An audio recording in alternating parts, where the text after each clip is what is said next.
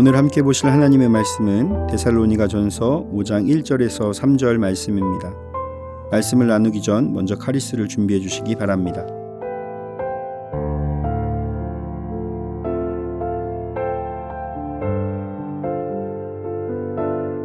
형제들아, 때와 시기에 관하여는 너희에게 쓸 것이 없음은 주의 날이 밤에 도둑같이 이를 줄을 너희 자신이 자세히 알기 때문이라.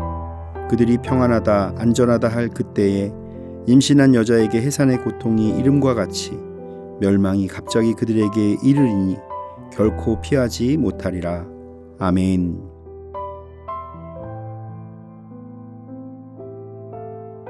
오늘 본문은 호련히 임하는 예수님의 재림을 전하고 있습니다. 그리고 그 대상은 어둠에 속한 자들로서 멸망을 당하게 될 것을 말합니다. 평생을 경건한 삶으로 일관한 호타니우스 보나르는 아침에 해가 뜨면 창문을 열고 커튼을 젖히면서 주여 이 아침에 오시겠습니까? 라고 말하고, 또 밤이면 창문을 닫으며 주여 이 밤에 오시겠습니까? 라고 말하면서 항상 주님을 맞을 준비를 하며 살았다고 합니다. 우리 믿는 사람은 예수님이 언제 오실지를 고대하며 주님의 다시 오심을 간절히 바라며 살아가야 합니다. 그런데 믿지 않는 자들은 어떻게 살아가고 있습니까? 자신에게 주어진 삶과 또 쾌락, 욕망만을 따라서 살아가고 있습니다. 우리는 하나님께서 물로 심판하셨던 노아 시대를 기억해야 합니다. 당시 세상은 사람들의 죄악이 세상 가운데 관영했고 그 마음의 생각이 항상 악할 뿐이었습니다. 그리고 심판이 있고 구원이 있다는 말을 들었어도 먹고 마시고 시집가고 장가가고 사고 파는 삶을 살기 바빴습니다. 결국 하나님의 심판의 때가 되자 노아의 가족 이외에는 모두가 죽고 말았습니다. 노아 시대는 한마디로 하나님 없는 인생들과 하나님 없이 사는 문명의 상징과도 같습니다. 예수님의 말씀처럼 말세에 있는 세상이 노아 때와 같고 소돔과 고모라 같을 것이라는 것을 기억해야 합니다. 우리는 지혜로운 다섯 처녀와 같이 도둑같이 임할 예수님의 재림을 기다리며 준비하는 지혜로운 자가 되어야 합니다. 오늘 말씀을 통해 주님의 재림을 깨어 준비하는 믿음의 사람이 되시기를 축복합니다. 첫 번째로 분별하는 믿음을 품으십시오. 바울은 예수님의 재림에 대하여 다시 한번 말합니다. 본문 1절과 2절에 형제들아, 때와 시기에 관하여는 너희에게 쓸 것이 없음은 주의 날이 밤에 도둑같이 이를 줄을 너희 자신이 자세히 알기 때문이라 라고 기록합니다. 데살로니가 성도들은 예수님께서 도둑과 같이 호련히 임한다는 것을 이미 잘 알고 있었습니다. 그래서 바울은 때와 시기에 대하여 굳이 쓸 것이 없다라고 말합니다. 여기서 말하는 때와 시기는 정해진 연대와 정해진 결정적인 시기가 있다는 것을 말합니다. 예수님께서 승천하실 때에 때와 시기는 아버지께서 자기의 권한에 두셨으니 너희가 알 바 아니오라고 말씀하셨습니다. 바울은 예수님의 재림은 하나님께서 정한 때라고 말합니다. 하나님께서 정하신 시간을 의미하는 것입니다.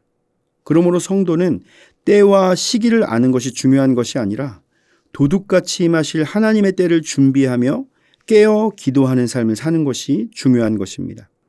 그러기 위해서 우리는 분별하는 믿음을 가지고 있어야 합니다. 우리가 분별할 때 재림을 소망하는 우리의 삶은 더욱 깨어 근신할 수 있기 때문입니다. 예수님께서는 마태복음 24장에서 말세에 일어날 재난의 징조를 알려주셨습니다. 그 징조는 미혹하는 자들이 일어나서 거짓 그리스도라고 말하며 많은 사람들을 미혹하는 것, 난리와 난리의 소식이 들리는 것, 민족과 나라가 대적하여 싸우는 것, 기근과 지진이 일어난다는 것입니다. 이것이 재난의 시작이며 나아가 서로 실족하게 되어 서로 미워하고 거짓 선지자가 일어나고 불법이 성행함으로 사랑이 식어질 것이라고 말씀하셨습니다. 우리는 이런 현상만을 가지고 예수님의 재림의 때가 다가온다는 말들을 경계할 수 있어야 합니다. 이 시대를 분별할 수 있는 믿음이 있어야 하는 것입니다. 지혜의 영이신 성령님의 도우심을 구하십시오. 깨어 기도하며 나아갈 때 분별하는 믿음으로 승리할 줄 믿습니다. 둘째로 주의 날에 대한 경고를 기억하십시오. 바울은 예수님을 믿지 않는 사람들의 모습을 언급하면서 경계할 것을 말합니다. 본문 3절을 보면 그들이 평안하다, 안전하다 할 그때에 임신한 여자에게 해산의 고통이 이름과 같이 멸망이 갑자기 그들에게 이르리니 결코 피하지 못하리라 라고 기록합니다. 세상의 지식은 매우 많이 발전했습니다.